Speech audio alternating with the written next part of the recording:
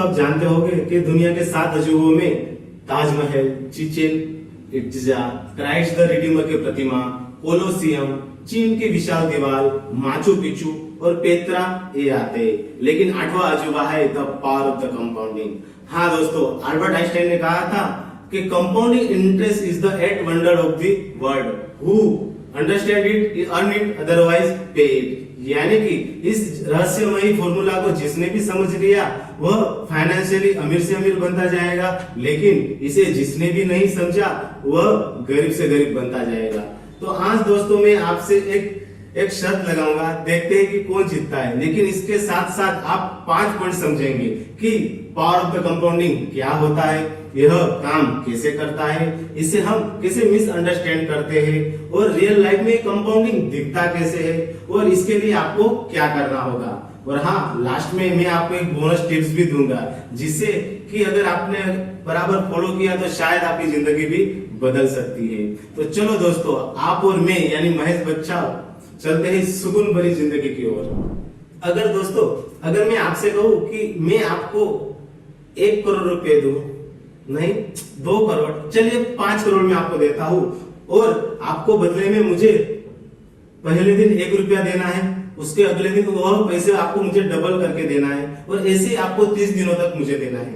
यानी कि पहले दिन 1 रुपया, दूसरे दिन 2 रुपये, तीसरे दिन 4 रुपये, चौथे दिन 8 रुपये, 5वें दिन 16 रुपये। ऐसे करते करते आपको मुझे 30 दिनों तक पैसे देने हैं। तो एंड ऑफ द मंथ किसके पास ज्यादा पैसे होंगे? मैं आपको 5 सेकंड का समय देता हूँ, आप नीचे कमेंट में कीजिए किसके पास ज्यादा पैसे होंगे, तुम्हारे पास या मेरे पास। और हाँ, अगर पॉसिबल हो तो एक रफली अमाउंट भी लिख दीजिएगा। 30 दिनों बाद आपके पास कितना अमाउंट होगा और मेरे पास, ऑब्वियस है आपके पास तो होंगे 5 करोड़, लेकिन मेरे पास कितना अमाउंट होगा आप अप्रोक्सीमेट लिख दीजिए, देखते हैं कि क्या होता है। चलो लिख दिया, तो चलो अब देखते हैं कि पावर ऑफ द कंपाउंडिंग को रहस्यमयी फॉर्मूला क्यों कहते हैं। तो चलिए देखते हैं कि एंड ऑफ द 30 डेज किसके पास ज्यादा पैसे होंगे। तो पहले दिन आप मुझे 1 रुपया दोगे, दूसरे दिन 2 रुपये दोगे, तीसरे दिन 4, फिर 8, 16, 32, 64, 128, 256, 512।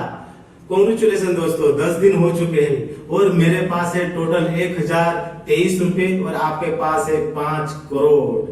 चलिए आगे बढ़ते हैं। 11वें दिन आप मुझे दोगे 1024, फिर 2048, फिर 4096, फिर 8000, फिर 16000। दोस्तों 15वें दिन भी मेरे पास केवल 16000 रुपए है और आपके पास 5 करोड़ रुपए। चलो आगे बढ़ते हैं। 16वें दिन 32,000, 65,000, 1,31,000, 2,62,000, 20वें दिन होंगे 5,24,000। कॉन्ग्रेचुलेशन दोस्तों, अभी आप विन हो रहे हैं। चलिए अभी देखते हैं।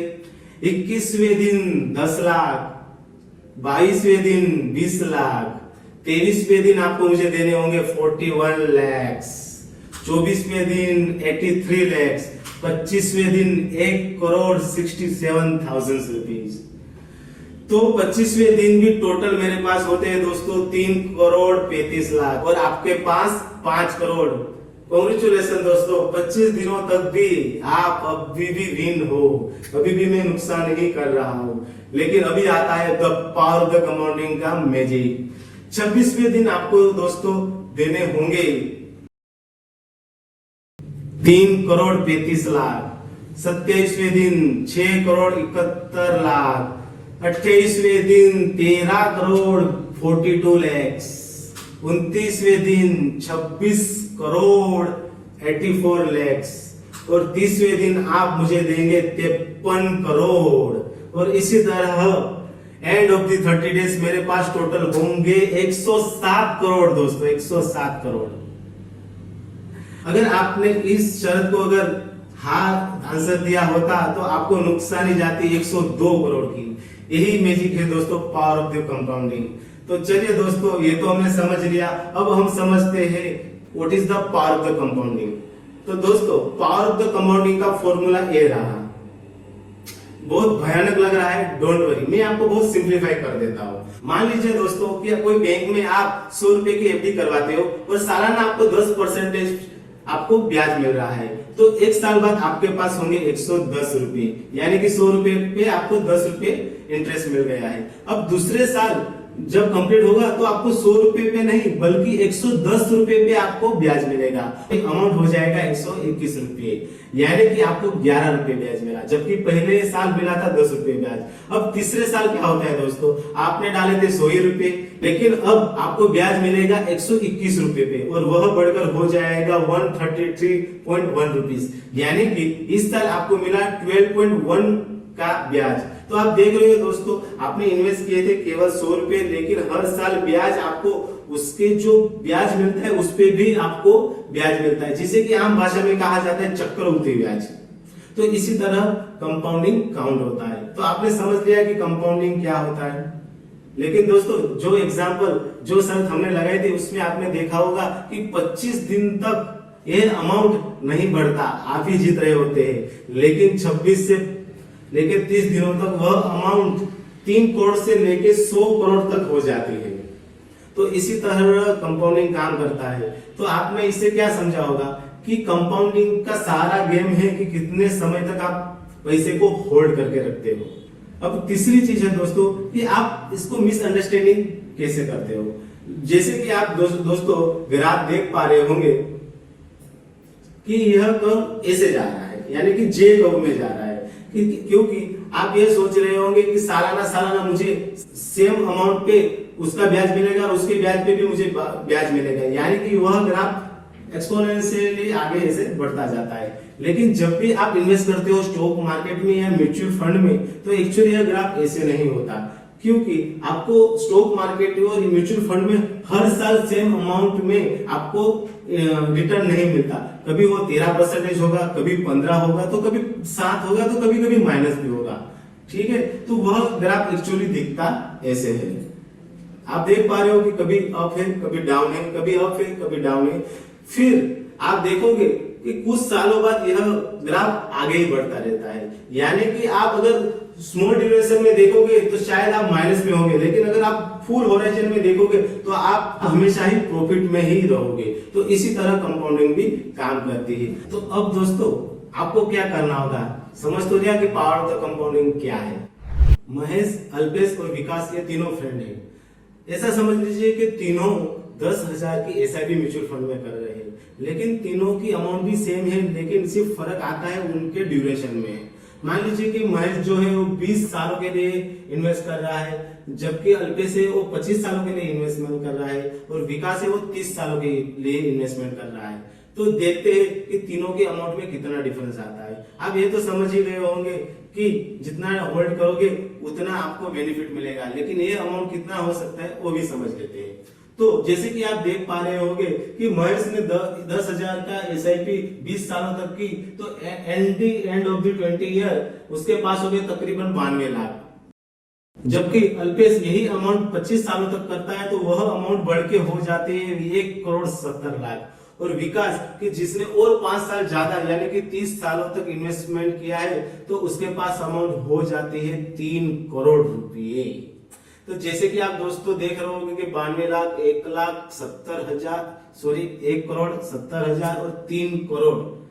तो इसी तरह अगर आप 5-5 साल भी अगर आप अपने पैसे को होल्ड करते हैं तो वह पावर ऑफ द कंपाउंडिंग की वजह से कई गुना, तकरीबन 2 गुना अमाउंट बढ़ जाता है। तो जैसे कि स्टार्टिंग में मैंने कहा था कि मैं आपको एक बोनस टिप दूंगा, तो बोनस टिप्स यही है दोस्तों। वॉरेन बफेट ने भी यही कहा था कि सबसे पहले इन्वेस्ट आप अपने ऊपर कीजिए, यानी कि सबसे बड़ा इन्वेस्टमेंट है वो अपने ऊपर है।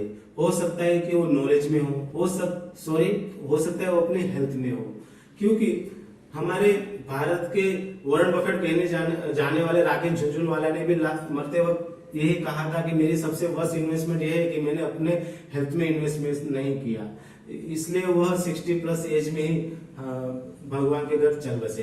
लेकिन जब वॉरेन बफेट देखिए तो आज 90+ ईयर के हैं और उनकी वेल्थ कहाँ पे है। तो मेरी बोनस टिप्स यही है दोस्तों, अगर आप अपने शुरुआती करियर में हो तो जितनी जल्दी हो सके उतने जल्द अपने नॉलेज को एक्सपांड कीजिए, जिसकी वजह से कि आपकी एक्टिव इनकम है वह बढ़ सके। कई लोग ये समझते हैं कि चलो कहा गया है कि स्टार्टिंग में इन्वेस्ट कीजिए, स्टार्टिंग में इन्वेस्ट कीजिए, लेकिन अगर आप 18 या 20 साल के हो, ठीक है, और अगर आप 500 रुपए की एसआईपी करते हो तो तकरीबन 20 सालों में मे भी तो कुछ लैक्स हो पाएंगे।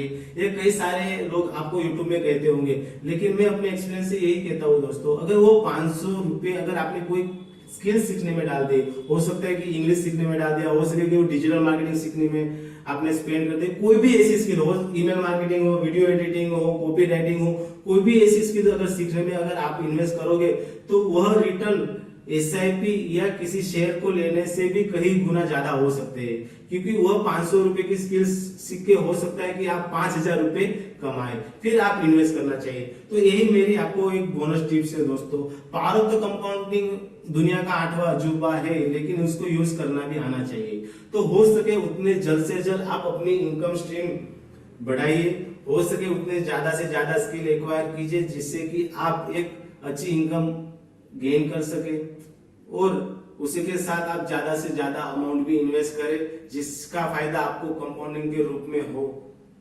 बस दोस्तों, यही पूरी जानकारी मैंने आपसे शेयर की है कि पावर ऑफ द कंपाउंडिंग काम कैसे करता है। आशा है कि आपको ये पावर ऑफ द कंपाउंडिंग पूरा समझ में आ गया होगा। तो अगर इसके रिगार्डिंग यानी पावर ऑफ द कंपाउंडिंग के रिगार्डिंग कोई भी क्वेश्चन आपके मन में है तो आप नीचे कमेंट कीजिए, मैं 100% उसके आंसर दूंगा।